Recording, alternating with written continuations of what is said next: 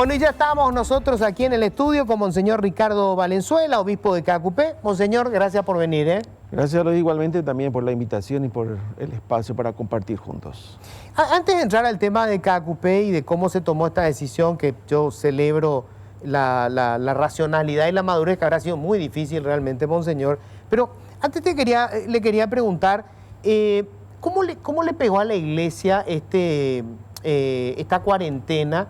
Porque obviamente la gente no pudo asistir a misa, por un tiempo se cerró totalmente aquello, las misas se hacían a puertas cerradas, se transmitía en televisión y ahora solamente un número determinado de fieles. Pregunto esto porque no sé qué tan importante es para la iglesia, por ejemplo, el aporte que hacen los fieles, lo que se llama el diezmo, en realidad no es el diezmo, ¿verdad? El aporte que pueda la gente. ¿Eso impactó en las finanzas de la iglesia? Porque obviamente hay que mantener las iglesias, hay que mantener a los sacerdotes, no sé cómo les pegó esto. Sí, nos pegó, bueno, como a todas las iglesias, a toda la iglesia del mundo también, sí. También a nosotros y Caacupé. Especialmente el tiempo más duro fue abril y mayo, donde prácticamente el ingreso fue cero, porque fue el momento en que se vivió totalmente a puerta cerrada todo. Incluso nosotros durante esos primeros días celebramos la misa no en el santuario, sino en una pequeña capillita privada, donde también Telefuturo entraba allí. Entonces vivimos nosotros de esa manera.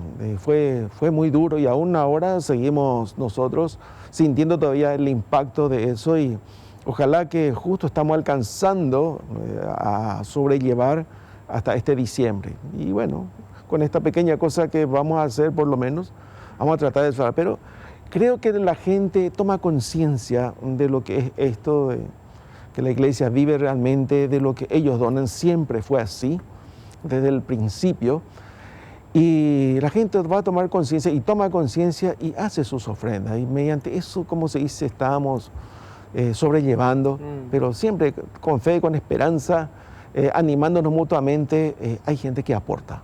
Y gracias a eso, o sea, para entendernos más, la iglesia paraguaya vive del aporte de los feligreses paraguayos, ¿no? Es que reciben, no es que el Vaticano les envía un dinero ni cosas así, ¿no? No, excepto, por ejemplo, si se hace un pedido especial. Ajá. Solamente así. Se pide para una obra importante que va a costar o se va a hacer muy costoso y solamente en esos casos se pide exclusivamente para eso y después se rinde cuenta otra vez de eso. Y entonces después todo el resto es la ofrenda que entra. Que hacen los feligreses. Así mismo. ¿Y los sacerdotes tienen un salario, Monseñor? De acuerdo a las posibilidades de cada parroquia. O sea, depende de lo que recaude la parroquia, exacto, recibe algún, porque obviamente los sacerdotes tienen que vivir, digo, más allá de la fe que los mantiene firmes, hay que comer, hay que vestirse, y eso depende de lo que aporten en cada iglesia. Exactamente, de lo que ingresa cada parroquia, es diferente. Algunos son más pudientes, otros son de clase más o menos media, y después otros que son pobres. Y a esas que son pobres, desde la diócesis tratamos de ayudarle para que tenga su sustento el sacerdote. O sea, esos sacerdotes que vemos, Monseñor, por ejemplo, sobre todo yo siempre celebro esto de la Iglesia Católica en los barrios, en los bañados o en las colectividades, en las comunidades indígenas. Esos sacerdotes viven de lo que allí le puedan aportar. O sea, vive, digamos, casi en la misma condición de pobreza que los feligreses con los que están trabajando. Bueno, muchas veces depende un poco del lugar, porque hay lugares, por ejemplo, que son de misión. Ellos sí reciben ayuda. Ya. Porque los misioneros. Los misioneros, por ejemplo, todos los que están en el Chaco, excepto el de Villa Ayes, que depende, digamos, sí de su comunidad. De su comunidad y todo lo que aporte. Y si necesita ayuda, bueno, entonces la conferencia episcopal le ayuda a ellos en la medida de su posibilidad. Pero todo lo que son el sector, por ejemplo, de Pilcomayos, todo el sector de indígenas, como también Alto Paraguay, normalmente a veces es el Vaticano el que le ayuda, o si no, la Congregación para la Misión. Entonces también le suelen ayudar a ellos. Y así entonces se busca, hay un cierto equilibrio, digamos, en ese sentido. Pero después todos los otros que son diocesanos, entonces eso depende estrictamente de lo que es el aporte de los fieles. O sea, eso quiere decir que estos meses en donde se cortó totalmente la actividad o sea, las celebraciones de misa, el impacto fue durísimo para toda esa gente. Así es, sin lugar a dudas que fue así. Y sobre todo el que más sintió es precisamente Caacupé, tanto la basílica como también la diócesis, porque son administraciones diferentes. Claro, además yo supongo que mantener Caacupé debe ser mucho más costoso, o sea, esa iglesia luce, todo, debe haber mucha gente trabajando para sostener la iglesia. Sí, así es, todo eso y... gracias a Dios siempre tenemos gente que, como decimos nosotros, Texacuá, sabe ver la necesidad, y entonces viene y te da, sin pedir muchas veces. Si nos ve, sabe, digamos, descubrir la necesidad y así calladamente da un poquito su aporte, y otro dice, danos el número de la cuenta, vamos a hacer nuestro aporte allí. Y bueno, esa es un poco la parte de la basílica. Claro. Tiene su suerte. Y vos de alguna manera sos el administrador, monseñor, ¿no? De todo esto. Claro, no, yo soy el responsable ante... O sea, vos tenés que pagar todos los gastos, saber cómo es el manejo ahí de... Sí, claro, tenemos la administración y el administrador, pero siempre es mi firma el que va por encima de todo. Yo debo depositar mi confianza en ellos para que realmente aquello funcione y deposito mi confianza en ellos. Te preguntaba esto porque yo supongo que esta festividad religiosa también es el momento de mayor recaudación para que puedan financiar el resto del año, ¿no? O sea, esto tiene una importancia económica, digamos, fuerte para vos como administrador y para la iglesia. Así mismo, sí, así mismo. Esto es el tiempo fuerte, por eso nosotros preparamos bien, porque de todo el ingreso que se tiene, entonces eso sirve para ir gradualmente gastando para el resto del año. O sea, cuando tomaste la decisión, si bien estabas con tus otros compañeros obispos, pero cuando tomás la decisión de lo hacemos a puerta cerrada y pedimos que no peregrinen, estás resignando, digamos, el mayor ingreso que tiene tu iglesia. Así es, efectivamente, es así mismo. Sí, y bueno... O sea, vas a tener que remar, digamos, el resto o sea, el año que viene sobre todo, ¿no? Sí, y una vez que pase más esto, entonces vamos invitando otra vez a la gente, bueno, para que venga, pero le vamos a exponer nuestra necesidad de todo lo que hemos pasado a lo largo de este año de la pandemia de 2020. Y normalmente empezamos, el tiempo interesante suele ser enero, febrero y marzo porque es vacaciones. Y la gente va. Y la gente va. Y hasta principio, digamos así, del inicio de clase, que no hay muchos compromisos todavía, que suele ser marzo. Pero después ya merma, porque ya empiezan los otros gastos también de familia, como son útiles de colegio, el colegio mismo y bueno, y otras cosas. Pero igual la gente va, acude mucho. Y yo creo que ahora, después de esto, van a querer, la gente quiere ir ahora. Sí, aparte, porque digamos todo lo que vivió este año, hay una necesidad emocional incluso, ¿no? Porque para ellos el tema del 8 de diciembre, más allá del ritual y todo eso, emocionalmente es una descarga muy grande. Mira, lo que significa, para hablar un poquito ya así de Caacupé, el año pasado yo hacía la invitación, vengan, hicimos un remozamiento de la basílica, pintura, después arreglamos la explanada, quitamos aquellos viejos veleros que estaban de balde ya prácticamente allí, ocupaban espacio, para hacerlo entonces más liso todo aquello, de manera que haya una mejor visión desde todo punto de vista, por ejemplo, ahí arriba. La gente concurrió en ese lapso de, digamos, un mes. Prácticamente 4.500.000 personas pasaron, mucho. Y la víspera del 7 y 8, 1.500.000 personas. Copó prácticamente, quedó copado prácticamente toda la ciudad de Caacupé. Sí. Fue impresionante. Yo estuve con el canal en esos días y realmente era impresionante. Así es. Y aparte yo le decía a la gente, porque me dice, ¿cómo que vos sos ateo vas a estar ahí?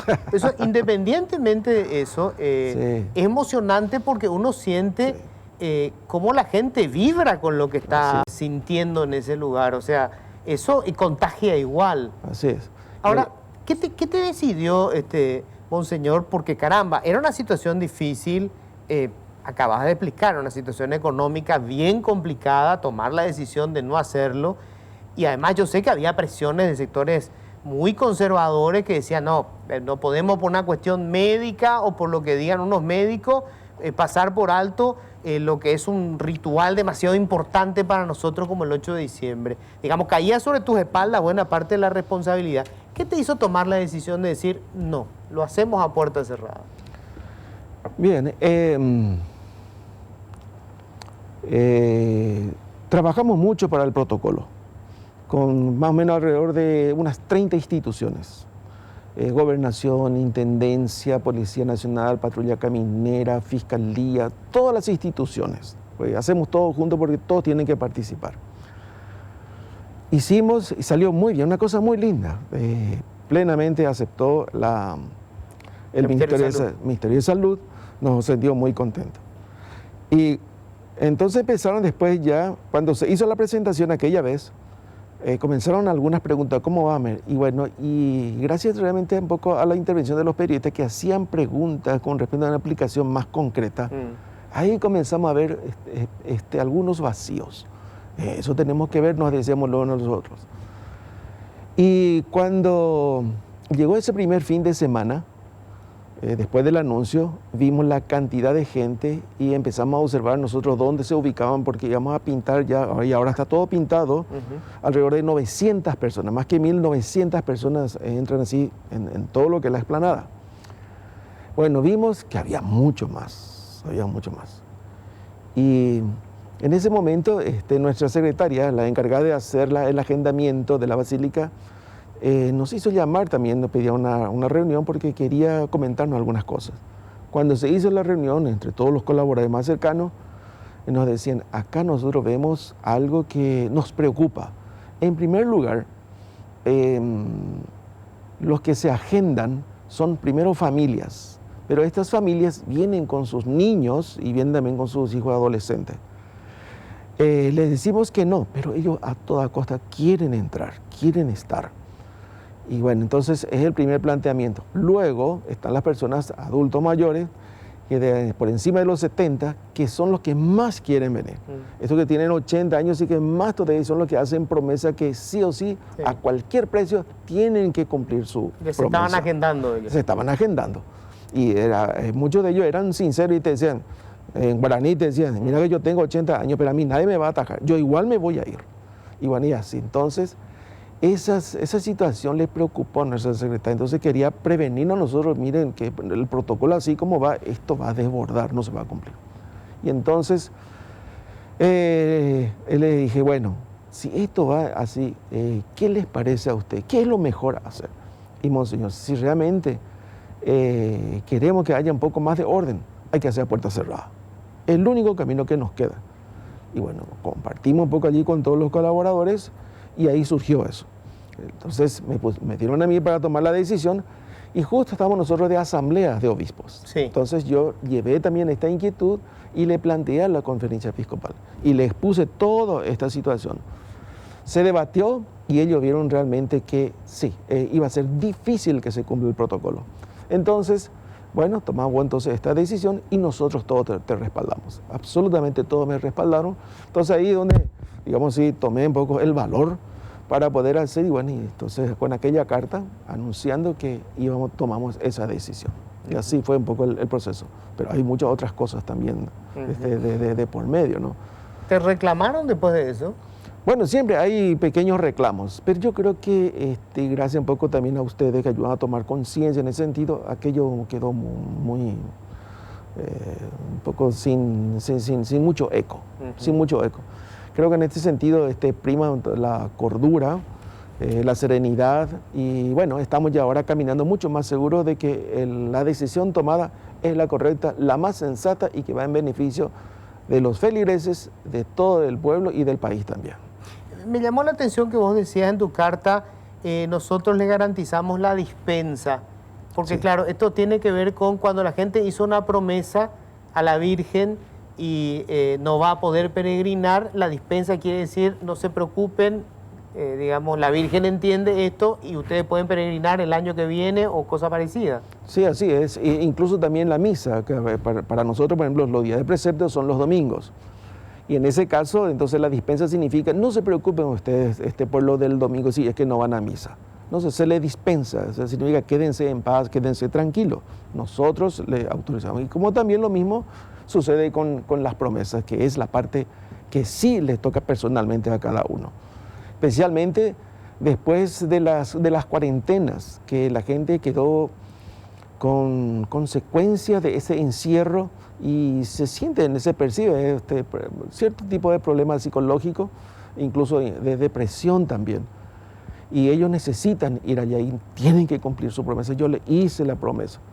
Entonces, para que no se queden con esa angustia, entonces esta dispensa también va para ellos que pueden cumplir tranquilamente después, sin ningún inconveniente. ¿Cuántos años hace que estás como obispo? ¿En Cacupé? No, ya como obispo. Ya como obispo, y 26 años. 26 años como obispo. Muy joven. Sí, me nombraron a los 38 y a los 39 fue mi ordenación. ¿A los 39 ya como obispo? Sí, así es. ¿Y como sacerdote? Y voy a cumplir 37. O sea, muy pocos años como sacerdote. 11 años de sacerdocio y ya. Fue una aventura que tuvo el Papa Juan Pablo II. Pues seguramente fuiste uno de los obispos más jóvenes que hayamos tenido. Sí, así fue, así es. El más joven de todos, creo que fui el tercero. El más joven de todos fue Juan Sinforiano Guarín, que fue ordenado a los 33 años. Cuando eso el Código Canónico permitía a partir de los 30. Después, con el Concilio Vaticano II, entonces aquello decía, no, es demasiado joven. Entonces pusieron a 35. Monseñor Felipe Santiago Benítez fue ordenado a los 36 años y bueno, y yo a los 39. Y en todo este tiempo, Monseñor, ¿cómo administras los cambios? Porque la sociedad va cambiando y la Iglesia obviamente tiene un dogma, tiene principios que no cambian, pero la forma en que llega el mensaje necesariamente se tiene que ir adaptando, ¿verdad? Porque seguramente el joven que hoy tiene 17 años y que vive colgado con el celular y las redes sociales, tiene un concepto distinto del mundo y llegarle con el mensaje no es lo mismo que cuando lo hicieron con el padre o con el abuelo. Qué difícil debe ser para ustedes ir, cómo adaptar el mensaje, la forma, sin cambiar el fondo, ¿no?, del mensaje. Sí, así es. En primer lugar, cuando una persona, digamos, siente un afecto, un cariño por el otro, enseguida le capta, le entiende, le comprende. Entonces, hay una afinidad y hablando se entienden los dos, ¿no? Bueno, la Iglesia, por sobre todas las cosas, es maestra en humanidad. Entiende y acompaña al hombre. No es que está encima ni le quiere oprimir esas cosas, no. Siempre acompaña. Por eso a veces nosotros llegamos, como se dice, un poquito tarde, porque examinamos la situación real. A nosotros no importa, no vemos tanto las ideas y otras cosas, sino la situación real de la persona. Entonces, mirando esto, hacemos nuestra reflexión y hablando con la persona vemos cuál es su necesidad, dónde está su debilidad, en qué quiere que se le ayude, se le haga el soporte. Y a partir de ahí entonces se empieza a elaborar. De ahí que el plan, el proyecto que la Iglesia entonces hace es mucho más real y concreto y efectivo en ese sentido. Y bueno, y eso es lo que hacemos. Y eso ya está en la Sagrada Escritura. Cuando San Pablo, por ejemplo, se iba a recorrida, una vez se fue hacia la zona de los griegos, y llegó ahí y dice, yo le voy a hablar a ustedes. Le decía. Entonces empezó a observar y yo veo que ustedes tienen muchos dioses. Acá hay uno erigido en nombre del Dios desconocido. Yo les voy a decir quién es. Captó la situación, se adecuó a ello y le dijo, este es Jesucristo, ¿no? Y bueno, entonces es un poco para nosotros también una pedagogía eso, acomodarse, es decir, no en el sentido de acomodarse como tal, sino acomodarse a ver qué es y luego se lo va. Después también dijo San Pablo, con el judío me hago judío, con el griego me hago griego, con el pagano me hago pagano, con tal de ganarle para Cristo, dice, ganarle.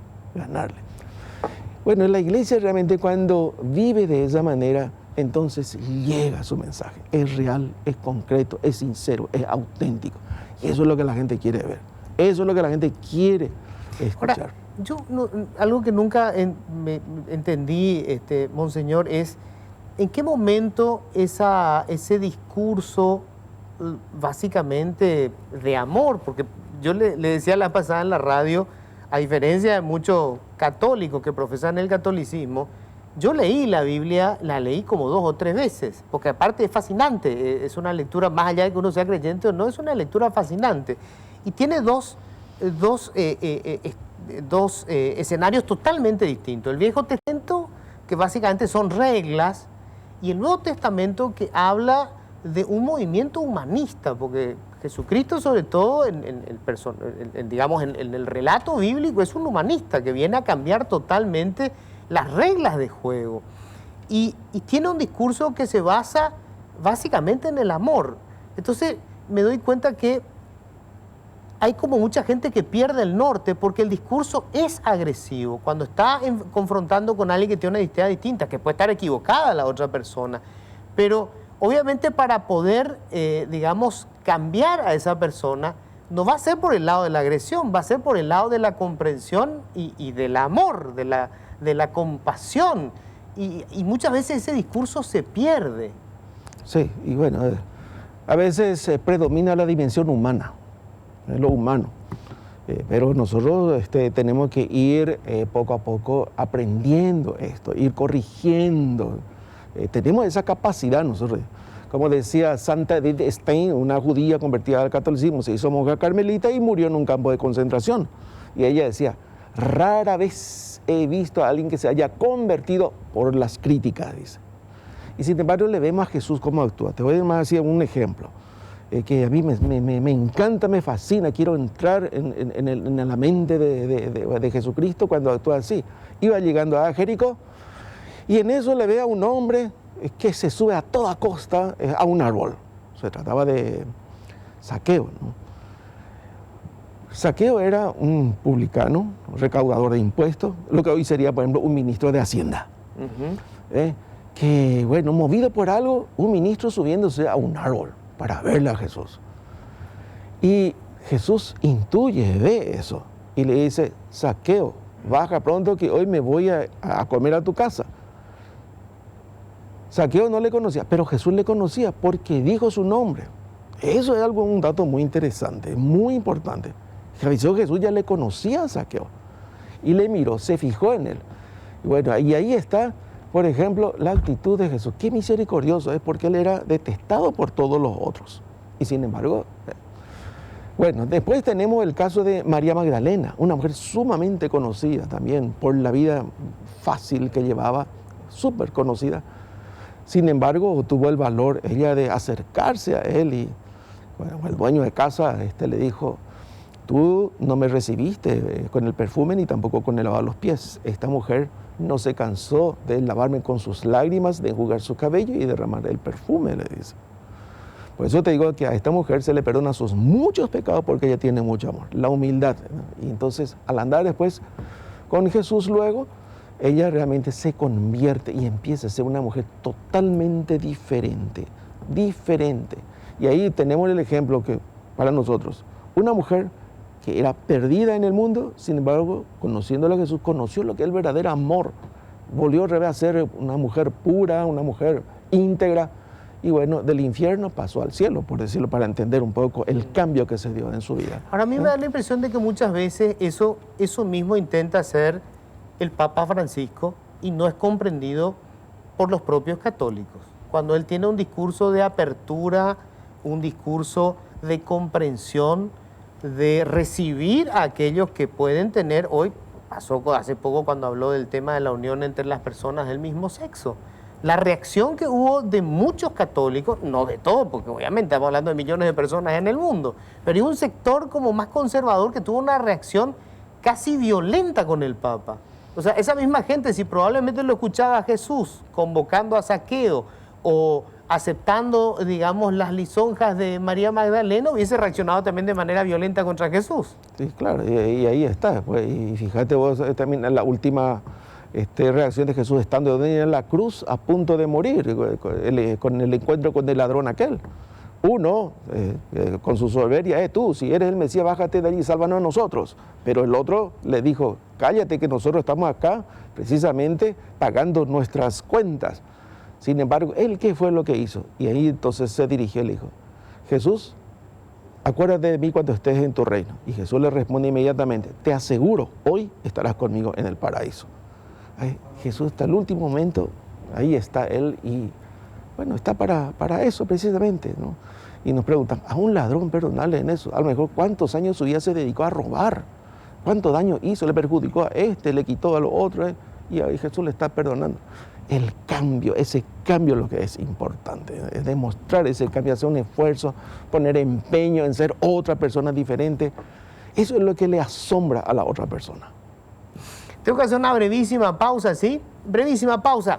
Ya volvemos con el obispo de Cacupe. Monseñor, ¿cómo ves al gobierno actual? Bueno, una pregunta un poco difícil. Mirá que vos sabés que tus sermones, sobre todo el 8 de diciembre, son observados políticamente. Hay todo el sector político y de poder económico está guardando eso, tiene peso. Es un discurso que puede ser con espíritu religioso, pero tiene peso político. Bueno, sí, sin lugar a dudas, diciembre es un tiempo para hacer una reflexión de todo lo que sucedió a lo largo del año. Es importante siempre hacer una síntesis, así como por ejemplo cuando uno va a la cama a dormir, piensa todo lo que hizo durante la jornada.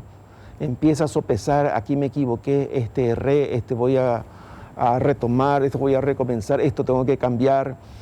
Bueno, así también pasa cuando finaliza un año. Y yo creo que es importante también ayudarnos. Yo no hago una homilía así con el espíritu así de crítica, sino de ayudarnos mutuamente, porque es la única manera de salir verdaderamente adelante. Necesitamos ese salir adelante, dar un paso. Y bueno, entonces siempre en el espíritu de la oración, en el espíritu de la reflexión, de estar un poco a solas por la noche, reflexionar, y voy entonces armando poco a poco, recogiendo todo. Y bueno, y así va saliendo. Pues, ¿Cuánto siempre. tiempo te lleva hacer esa homilía? Y un mes más o menos. Ahora yo estoy comenzando a hacer. Estás empezando. Ahora estoy comenzando ya, sí, lentamente ya. ¿Y nunca Sí, te sí, llamaron a pedirte, che, no sea tan duro, o qué tal si metes esto en la homilía? Bueno, por la parte así de la gente del gobierno, por ejemplo, no. Yo creo que en ese sentido son respetuosos. Pero sí las personas que se sienten afectadas por alguna razón, sea económicamente, judicialmente, a quien se le dice injusticia, entonces sí se acercan ellos y me traen un poco sus inquietudes y dice, esto podés decir el 8 de diciembre, esto tenés que decir el 8 de diciembre, esto podría ser, bueno. Eso sí, entonces voy recogiendo, pero tengo que sopesar un poco también para que no desequilibre el conjunto. Porque al final de cuentas es, digamos, el deseo de que el mensaje sea para todos. Todos tenemos que cambiar, todos debemos cambiar, porque no hay otro camino, es imposible. En el cambio es donde está verdaderamente de la persona, digo para bien, es lo que ayuda a levantar una nación. La iglesia es política, no política partidaria, ¿eh? Me refiero a influir en el poder para conseguir determinados resultados. Bueno, yo decir así exactamente política, digamos en ese sentido, no siempre hacemos sugerencias o llamamos o convocamos para hablar sobre algún tema, así como varias veces, por ejemplo, se hizo ya en tiempos de Stroessner, por ejemplo, se solía hacer eso. Hay veces que en la dictadura quinquenio, la iglesia tuvo un peso político importantísimo, claro. sobre todo, digamos, de contener al régimen. Así es, era una situación bastante difícil. Hoy, por ejemplo, es totalmente lo contrario. Hoy es difícil encontrar dónde está el enemigo y está dentro de cada uno. Está difuso. Claro, está difuso porque cada uno asume un cargo, te promete muchas cosas, pero hace todo lo contrario. Y entonces eso desanima, desalienta, decepciona. Y es ahí entonces donde a veces nosotros también hablamos, les convocamos o nos vamos junto a ellos y conversamos, charlamos, ponemos todas las cartas boca para arriba si es posible, vamos a ver. En ese sentido, digamos, que hacemos ese tipo de gestión para poder siempre buscar salir muchas veces de los estancamientos o de situaciones difíciles. Una última pregunta que te quería hacer, Monseñor, porque se me acabó el tiempo. Hay un avance a nivel mundial de ciertas corrientes religiosas no católicas, movimientos no católicos, que muchos de ellos cristianos, pero no católicos, que tienen un activismo fuerte en política y que están influyendo cada vez más en los gobiernos en gobiernos latinoamericanos, con el presidente Bolsonaro, hay muchos grupos allí evangélicos y de otros movimientos que tienen mucha participación política, y en Paraguay también. ¿Cómo ven ustedes eso? Y podemos decir que ciertamente sí, hacemos un seguimiento para ver, pero meterse en política ya es hacer política también. Es muy difícil sustraerse, digamos, ser religioso y no hacer una opción de tinte político también. Ese no es nuestro papel. Nosotros estamos siempre para servir al hombre, servir a la sociedad, y vamos a hacer siempre gestión de hacer puente pontífice, dice, entre la iglesia y el poder que está de turno. Siempre el objetivo nuestro es ayudar, jamás meternos en hacer política. Monseñor, se me fue el tiempo, te agradezco muchísimo, es un placer realmente. Gracias, Luis, y te deseo éxito también en todos tus otros emprendimientos, que te vaya muy bien y que tu tarea, digamos así, desde ese lugar sea siempre de provecho para nuestro país también. Éxitos. Gracias, muchísimas gracias. Bueno, con esto cerramos nosotros, que tengan un feliz resto de jornada.